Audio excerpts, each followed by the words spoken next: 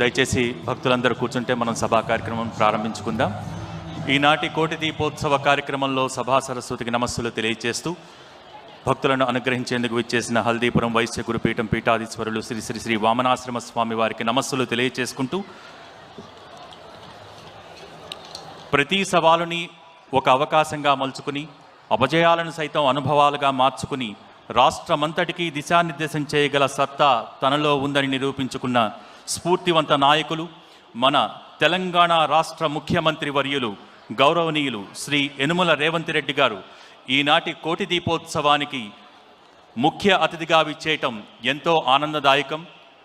శ్రీ యనుమల రేవంత్ రెడ్డి గారికి, వారి ధర్మపత్ని శ్రీమతి గీత గారికి, దంపతులిరువురికి ఈ కోటి దీపోత్సవ వేదిక తరపున, ఇక్కడికి విచ్చేసిన భక్త కోటి తరపున సాదర స్వాగతం. ఒక్కసారి గట్టిగా కరతాళ ధ్వనుల మధ్య వారికి మరొక్కసారి స్వాగతం పలుకుతూ, అంతేకాదు ఈనాడు మరొక సంతోషకరమైన విషయం ఏంటంటే, ముఖ్యమంత్రి గారు ఈ కోటి దీపోత్సవానికి విచ్చేశారు. ప్రత్యేకించి చెప్పాల్సిన విషయం, ఈరోజు మన ముఖ్యమంత్రి గారి పుట్టినరోజు. ఇలాంటి పవిత్ర దీపోత్సవ వేదికపై లక్షలాది మంది భక్తుల సమక్షంలో కోటి దీపోత్సవం సాక్షిగా ముఖ్యమంత్రి గారు తన జన్మదినోత్సవాన్ని జరుపుకోవటం నిజంగా ఆనందదాయకం.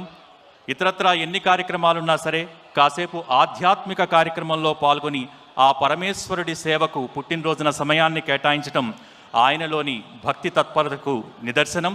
మరి ఆ పరమేశ్వరుడు తెలంగాణ సర్వతోముఖాభివృద్ధిలో ఆయనకు ఆయురారోగ్యాలను, మరింత ఉత్తేజాన్ని, అపారమైన శక్తిని అందించాలని కోరుకుంటూ ఒక్కసారి గట్టిగా కరతాళ ధ్వనుల మధ్య వారికి హృదయపూర్వకమైన జన్మదిన శుభాకాంక్షలు తెలియజేసుకుంటున్నాం. ఈనాటి కార్యక్రమంలో ఇక్కడికి విచ్చేసిన భక్త కోటిని ఉద్దేశించి సందేశం ఇవ్వాల్సిందిగా ముఖ్యమంత్రి వర్యులు గౌరవనీయులు శ్రీ యనుమల రేవంత్ రెడ్డి గారిని కోరుతున్నాం.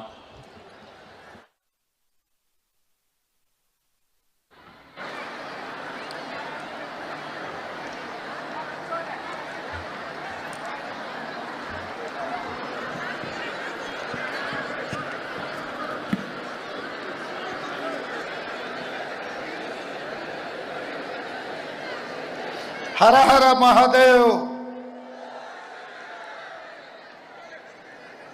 త్రిలింగ దేశం అంతా వినిపించాలి. త్రిలింగ దేశమే నేటి తెలంగాణ. హర హర